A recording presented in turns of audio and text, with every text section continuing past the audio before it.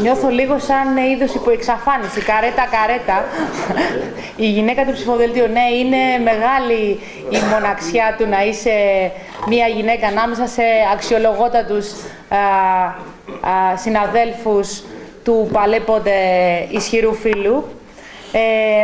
Εν τούτης θα ήθελα να ξεκινήσω με λίγα μαθήματα γλωσσολογίας, δηλαδή να θυμίσω λέξεις όπως τιμή, ευθύνη, όπως ρεαλισμός και να δώσουμε κάποιους ορισμούς, τους οποίους έχουμε αρχίσει να ξεχνάμε. Καταρχήν, είναι πολύ μεγάλη τιμή για μένα το ότι βρίσκομαι αυτή τη στιγμή ανάμεσα σε πολύ σημαντικούς ανθρώπους για τις Κυκλάδες, σε πολύ σημαντικούς ανθρώπους για την εναλλακτική αριστερή κυβέρνηση. Βρίσκομαι ανάμεσα σε ανθρώπους οι οποίοι με όλη τους το βίο έχουν αποδείξει ότι υπάρχουν τρόποι να ζήσουμε, το 90% των ανθρώπων να ζήσει καλύτερα και να μην όλοι εργαζόμαστε και το 10%.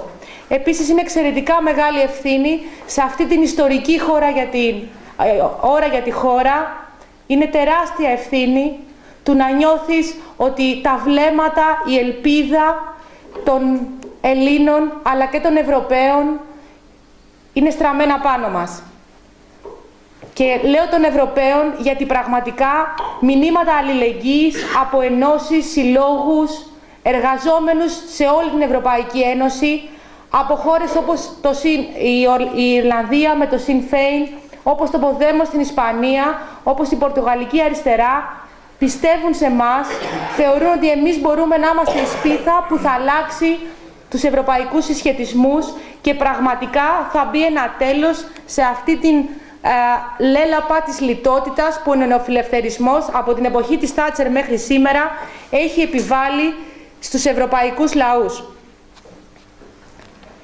Με αυτά τα λόγια θα ήθελα να πω ότι ο ΣΥΡΙΖΑ δεν έρχεται για να προασπιστεί αυτό το οποίο υπήρχε πριν το 2010, πριν το 2009.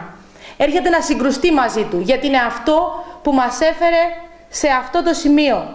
Είναι η κλεπτοκρατία, είναι το πελατειακό σύστημα που μας οδήγησε εδώ, είναι η διαφθορά που έχει περάσει οριζόντια και κάθετα σε όλα τα επίπεδα της ελληνικής κοινωνίας και απέναντι σε αυτό εμείς έχουμε τις μηδενικές εξαρτήσεις τόσο από το μηντιακό σύμπλεγμα όσο και από πάσης φύσεως μεγαλοσυμφέροντα. Η χώρα αυτή τη στιγμή διοικείται μέσα από την εμπέδωση του κλίματος συλλογικής ευθύνης που αφορούσε και κούναγε το δάχτυλό του σε κάθε έναν από εμάς, μέσα από την τρομοκρατία σε όλα τα επίπεδα, μέσα από πελατειακά δίκτυα που ταΐζουν ακόμα και τώρα με μικρά κοκαλάκια όλα τα επίπεδα διοίκησης και αυτοδιοίκησης και μέσα από προπαγάνδα που καθημερινά κάνει πλήση εγκεφάλου σε ανθρώπους που δεν έχουν πρόσβαση σε καλύτερη ενημέρωση και σε ανθρώπους οι οποίοι δεν έχουν τα εργαλεία εκείνα να επεξεργαστούν του τι πραγματικά μας συμβαίνει. Ο αποκλεισμός που επιχειρείται από τις εκλογές, από την εκλογική διαδικασία των νέων, των 100.000 νέων που δεν τους αφήνουν να προσεγγίσουν τις εκλογές, των ανθρώπων που ζουν στο εξωτερικό και οι οποίοι δεν μπορούν να ψηφίσουν στις πρεσβείες μας όπως εκατομμύρια άλλοι Ευρωπαίοι μπορούν να το κάνουν στις πρεσβείες τους. Ο αποκλεισμός που επιχειρείται, υπάρχουν πάρα πολλές αιτήσεις συνταξιούχων που ζητάνε να πάρουν τη σύνταξή τους πριν από την κανονική ημερομηνία, ακριβώς για να μπορέσουν να έρθουν στα νησιά μας και να ψηφίσουν. Ο αποκλεισμός που επιχειρείται είναι άλλη μία προσπάθεια του καθεστώτος να μην προσεγγίσουν τις κάλπες οι αγανακτισμένοι, οι απελπισμένοι και οι Έλληνες αυτοί που θέλουν να πιστεύουν ότι υπάρχει ελπίδα. Σε αυτό λοιπόν το καθεστώς που το μόνο που έχει να προτείνει είναι το email του Χαρδούβελη, την φωτογραφία του κυρίου Σαμαρά μπροστά στο τείχος, στον Εύρο, στην καπηλεία του τραγικού συμβάντος στη Γαλλία, Στο ταμπελάκι εμείς λέμε την αλήθεια μπροστά στο πόντιουμ όταν μιλάει. Λες και χρειάζεται κανείς να το γράψει, αν όντως λέει την αλήθεια. Στο ψεύδος της ανάπτυξης. Ποιας ανάπτυξης? Ανάπτυξης που αφορά μόνο το 10% των Ελλήνων αυτής της χώρας, αλλά και των Ευρωπαίων συμπολιτών μας. Απέναντι λοιπόν σε αυτό, μακριά από οτιδήποτε μπορεί να θεωρηθεί θετικό ευρωπαϊκό κεκτημένο, είναι η ίδια αυτή η κυβέρνηση, οι ίδιες μνημονιακές κυβερνήσεις, οι οποίες έχουν αφήσει τη χώρα μας πέρα και έξω από κάθε έννοια ευρωπαϊκής διάστασης. Είτε αυτό αφορά την καταπάτηση θεμελιωδών ανθρωπίνων δικαιωμάτων.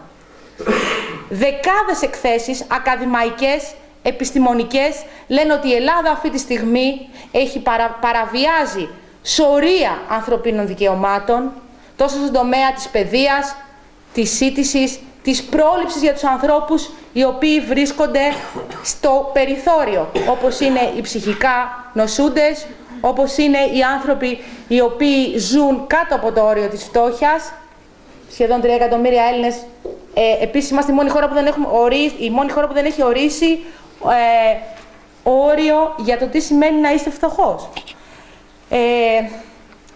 Εμείς λοιπόν σταθερά οδηγούμαστε με τη συγκεκριμένη κυβέρνηση μακριά και έξω από το οτιδήποτε θεωρείται ευρωπαϊκό κεκτημένο. Δεν μπορείτε λοιπόν αυτή η κυβέρνηση να επικαλείται την Ευρώπη ως δικό της κτήμα. Στην Ευρώπη πηγαίνεις ως εσώτιμος εταίρος, πηγαίνεις όχι ως ραγιάς, λιδωρώντας τη χώρα σου και καπηλευόμενος καπηλευόμενος την ίδια της την ύπαρξη, αλλά προσπαθώντας να κτίσεις, να διεκδικήσεις, να διαπραγματευτείς αυτό που για τους άλλους θεωρείται δεδομένο. Όπως ακριβώς έγινε για τη Γερμανία το 1953 με τη μερική διαγραφή του χρέους της και την ρήτρα ανάπτυξης. Το πρόγραμμα του ΣΥΡΙΖΑ ανταποκρίνεται στις βασικές ανάγκες που έχει αυτή τη στιγμή το 90% του ελληνικού λαού. Είναι ένα σύστημα που βασίζεται στην επανεκκίνηση της απασχόλησης, στη φορολογική δικαιοσύνη, στην προσπάθεια να αντιμετωπιστεί με ριζικό τρόπο η ανθρωπιστική κρίση και στην αλλαγή του πολιτικού και του θεσμικού πλαισίου. Στην ανόρθωση του κολοβού κοινοβουλευτισμού που ζήσαμε όλα αυτά τα χρόνια, σε αυτή τη μεταδημοκρατία που προσπαθούν να εγκαθιδρύσουν.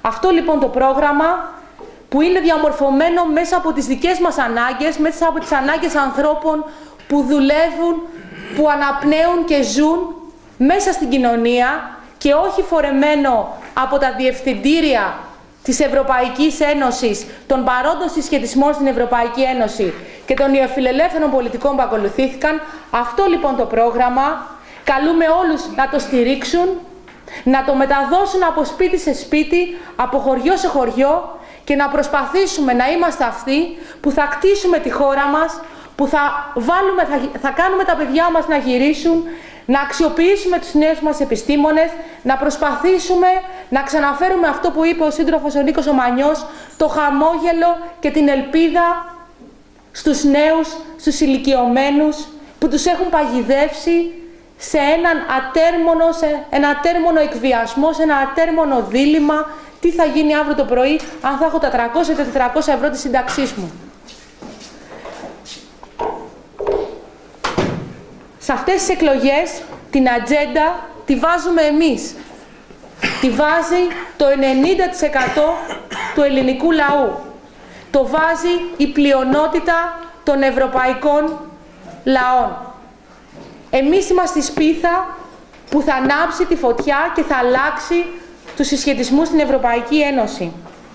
Θα πούμε όχι σε ένα κράτος συρρικνωμένο, αυταρχικό, που το μόνο που θέλει είναι να ιδιωτικοποιήσει από το νερό, την υγεία, την εκπαίδευση και να προχωρήσουμε σε μια εξυγίανση της δημόσιας διοίκησης, μια δημόσια διοίκηση με κοινωνική ανταποδοτικότητα, μια δημόσια διοίκηση που θα μπορέσει να ανταποκριθεί στις σύγχρονες απαιτήσεις των Ελλήνων πολιτών. Δεν θέλω να πω κάτι άλλο. Σας ευχαριστώ πολύ. Ελπίζω μετά να προχωρήσουμε για να κάνουμε ένα διάλογο.